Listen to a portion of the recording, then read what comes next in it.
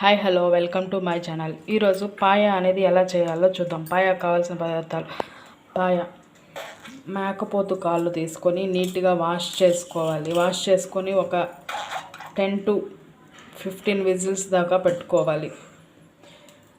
Next తెల్లగడ్డలు దంచుకోవాలి, కరివేపాకు. Next stove on చేసుకొని ప్యాన్ పెట్టుకొని ఆయిల్ వేసుకోవాలి, ఆవాలు వేసుకోవాలి. మసాలా ఏమీ లేకుండా చేస్తున్నాం పాయ కర్రీ అనేది.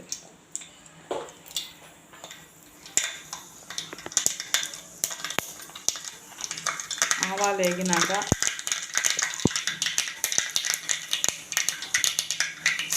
తెల్లగడ్డ కరివేపాకు అనేది యాడ్ చేసుకోవాలి. అది బాగా ఫ్రై చేసుకోవాలి.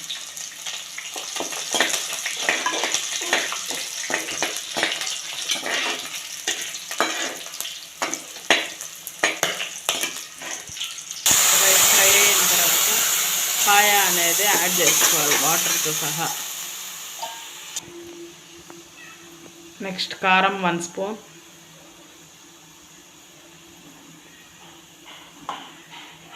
ధనియాల పొడి 2 స్పూన్స్,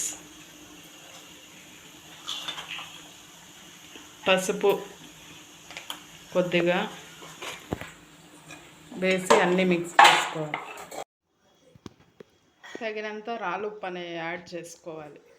యాడ్ చేసుకొని మొత్తం మిక్స్ చేసుకోవాలి.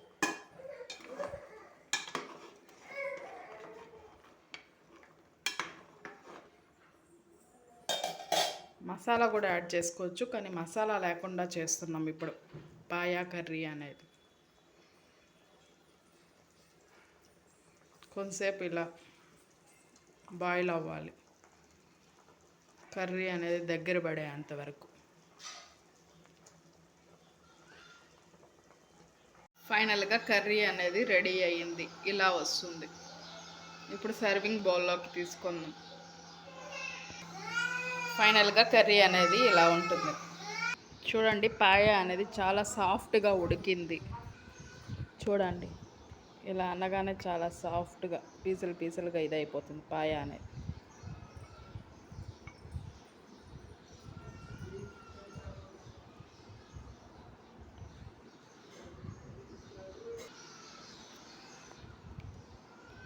చూడండి,